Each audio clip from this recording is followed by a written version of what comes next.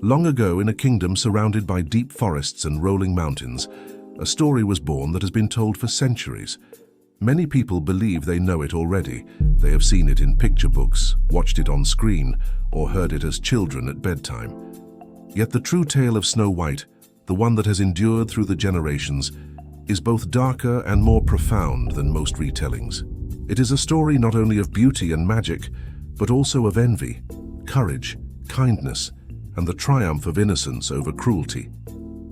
The tale begins in the heart of winter. Snowflakes fell softly from the sky, covering the land in a blanket of white. In the royal palace, a queen sat by her window, the frame of which was carved from dark, polished ebony.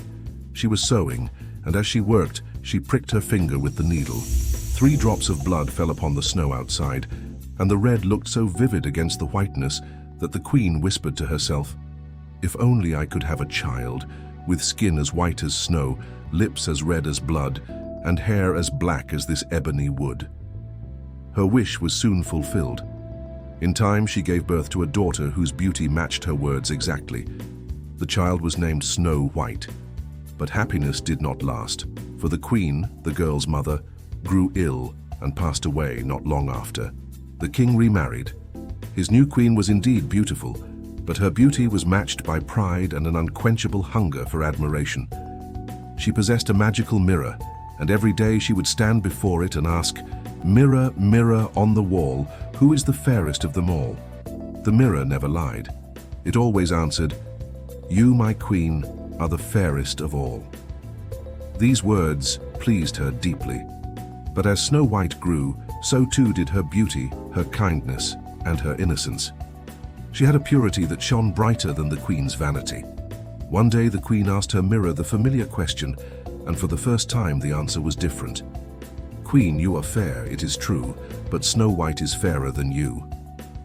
At once, envy consumed the queen. She could not bear the thought that someone else, least of all a young girl, might outshine her. Jealousy turned her heart bitter, and she devised a cruel plan. She summoned a huntsman and commanded him to take Snow White deep into the forest and end her life. As proof, he was to return with her heart. The huntsman obeyed, leading Snow White far into the shadows of the woods. Yet when the moment came, he looked into her innocent eyes and found himself unable to harm her. Instead, he told her the truth. "Run, child, run deep into the forest and never return, for the queen wishes you dead." To deceive the queen, he killed a wild animal and brought back its heart instead. Alone, frightened and lost, Snow White wandered the forest. Branches twisted above her like arms, and glowing eyes seemed to peer at her from the darkness. Yet she pressed forward until at last she came upon a small, welcoming cottage.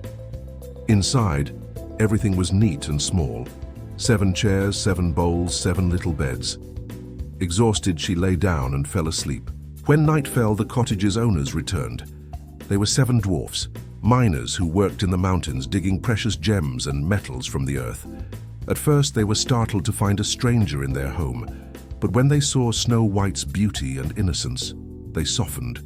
She told them her story and their hearts were moved. "Stay with us," they said, "and keep our home. In return, you shall be safe here."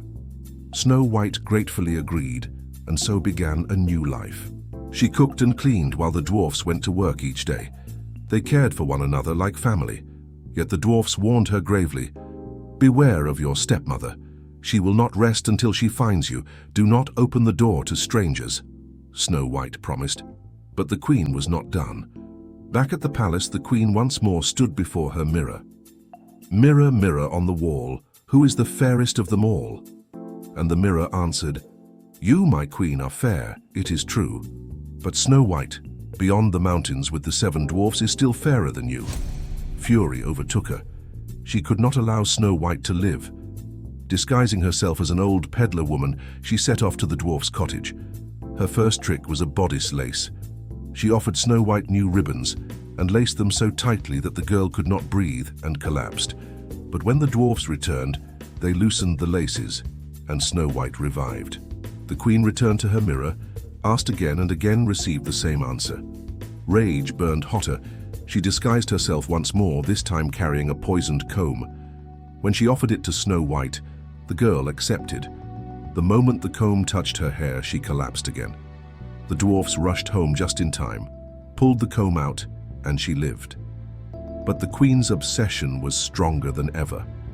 She crafted one final trick, a poisoned apple, red and gleaming. Half of it was harmless, but half carried deadly poison. Dressed as a humble farmer's wife, she tempted Snow White. "One bite, dear child, just one bite." Snow White hesitated, remembering the dwarf's warnings. But the apple looked so perfect, and the woman so kind. She took a bite, and at once she fell lifeless to the ground. When the dwarfs returned, they tried everything to save her, but this time nothing worked. Believing her dead, they could not bring themselves to bury her. She looked too beautiful, too peaceful, as though merely asleep. So they placed her in a coffin made of glass, decorated with gold, where she could be seen from every side. Day and night they kept watch, grieving. Days turned into months, and months into years. Yet Snow White did not decay. Her skin remained white as snow, her lips red as blood, her hair black as ebony. She was preserved, untouched by time. One day, a prince journeying through the forest came upon the coffin. At once he was struck by Snow White's beauty. He begged the dwarfs, "Let me take her with me, I cannot live without seeing her each day." At first, the dwarfs refused, but the prince's heart was sincere, and at last they agreed. As his servants carried the coffin, they stumbled, and the jolt dislodged the piece of poisoned apple stuck in Snow White's throat. She gasped, her eyes fluttered open, and life returned to her. The dwarfs rejoiced. The prince knelt at her side, and Snow White awakened to kindness and hope. She agreed to go with him to his kingdom.